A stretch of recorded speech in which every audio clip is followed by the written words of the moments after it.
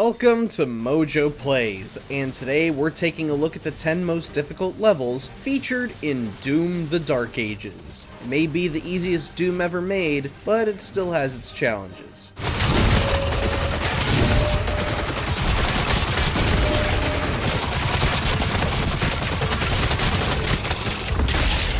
Before we begin, we publish new videos all week long, so be sure to subscribe to MojoPlays and ring the bell to be notified about our latest videos. Barrier Core.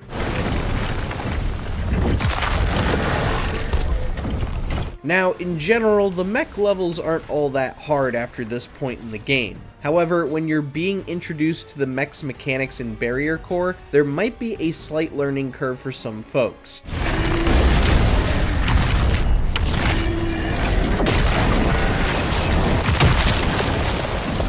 Everything here feels drastically different compared to what you just experienced in the village of Kalim in Hebeth. There's a different timing for parrying, a different feel for the melee combat, and a much slower movement. The slowest Doom has ever felt. The level itself is super easy, the adjustment though may take some longer to digest.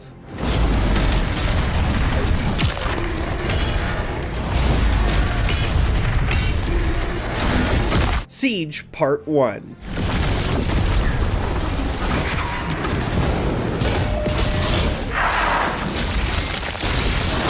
You will come across a handful of levels that take place in wide open areas, and Siege Part 1 is the very first. It is also perhaps the most painful to endure, not because of enemies, but more so the level itself. The battlefield here is massive in size, and the pathways feel a bit all over the place.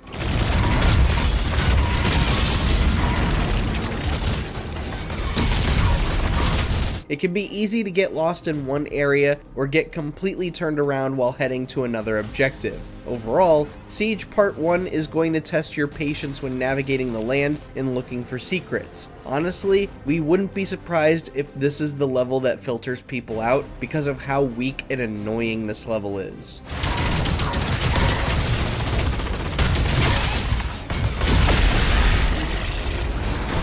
Ancestral Forge.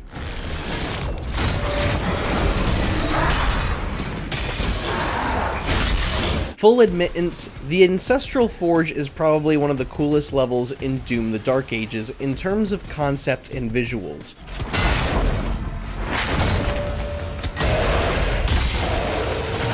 Gameplay-wise, some Slayers may find themselves overwhelmed and perhaps a bit claustrophobic. There are a lot of tight areas that are not going to leave you with a ton of room to avoid fire. This may become even more cumbersome when searching for secret areas, as some will ambush you with tanky enemies before you resume your main objective. That said, you'll have to rely a lot on parrying here.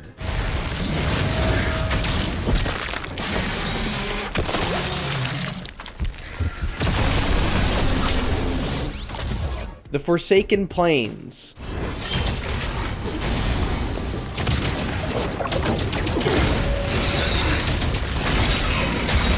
The Forsaken Plains has a lot of awesome ideas behind it for level design between Hell's fleshy tanks, the use of launchers, and blasting out of turret towers. Unfortunately, not everybody may warm up to this chapter.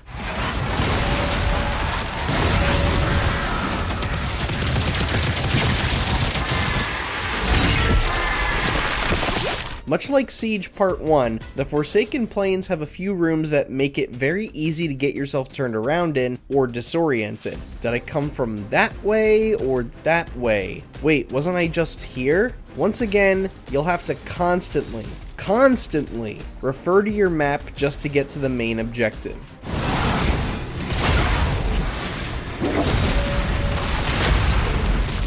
The Spire of Narithol.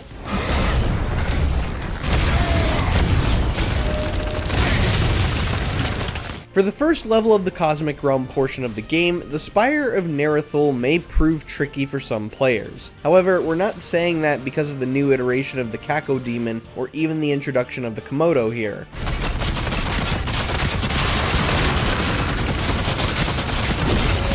The Spire of Narithol is tough because of where its secrets are hidden and how you can even get to them. Much like Siege Part 1, you're just gonna have to spam your map to look for any little corners that might be hiding something. And even then, not all of the secrets will be revealed at the very start. By the time you do figure things out, you're more than likely to be irritated than relieved when reaching that full completion percentage.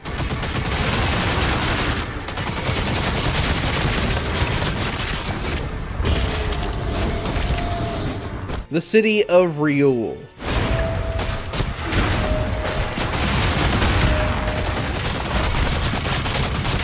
Now this is where a level is tough for the reasons it should be. The City of Narithol is one level that is going to mess with your head in the best of ways while throwing in a brand new enemy to ramp up the difficulty a little bit. First off, you'll come across a couple of rooms that'll force you to slow down, analyze your environment, and solve a brief puzzle. These puzzles will involve hidden switches and sometimes traversing watery tunnels that'll put you in some other part of the area. Then you have a new enemy to fight, the Acolyte, which can spawn fake copies of itself to overwhelm you and shield itself. This is where enemy priority comes into play. Deal with the fake first, then focus everything on the Acolyte to get them out as soon as you can. Good luck!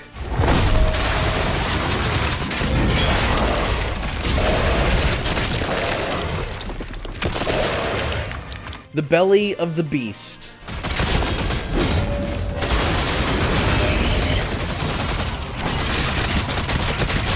Belly of the Beast shares a similar level of challenge as Ancestral Forge in how parts of the level are structured. Once again, you have a non-linear level that contains quite a number of narrow corridors and tight spaces, especially in secret areas.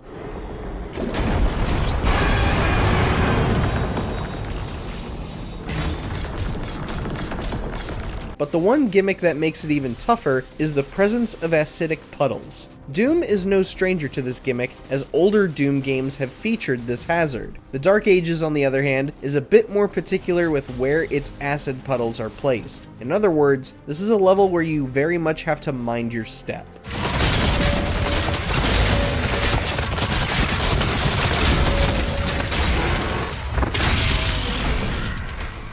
Resurrection.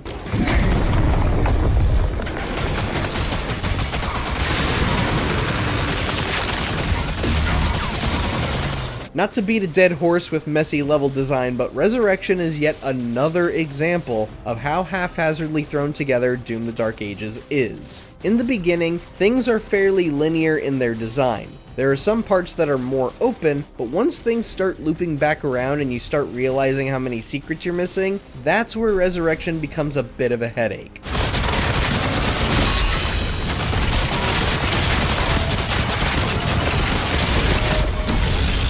On your first go, you'll likely have to do so much backtracking that you may find yourself struggling to get back on the main path by the time you find what you're needing. Once again, you're gonna have to check your map like a madman.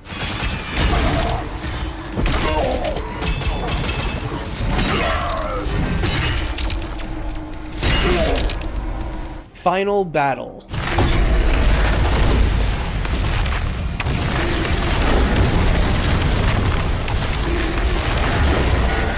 While the mech segments are arguably the easiest they've ever been during the first half of this level, Final Battle is only tough because this is your first fight against Azrak.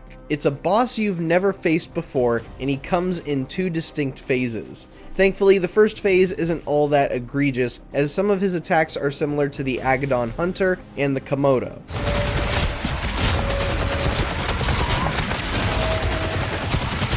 The second phase gets a little more aggressive and heavy with projectiles, but if you can identify the parry windows and keep laying into Azrak with a broken weapon like the Ravager or the Impaler, you should come out of this just fine.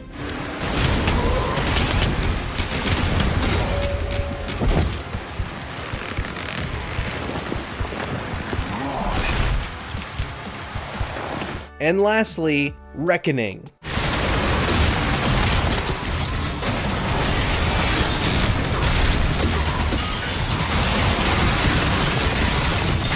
Under any other circumstance, the final level of a game would make a list like this mostly because of the final boss. Alas, that is not the reason why Reckoning makes this list. Azrak and the Witch are comically easy to defeat. The main reason why Reckoning is difficult is because of the combat scenarios you'll have to endure.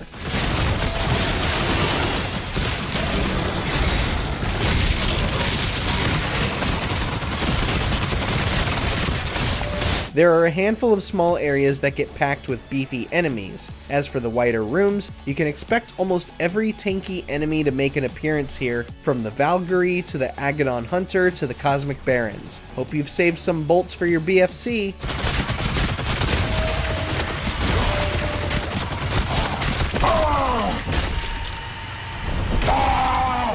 Was there a level you had trouble with in Doom the Dark Ages? Let us know down in the comments, and be sure to subscribe to MojoPlays for more great videos every day.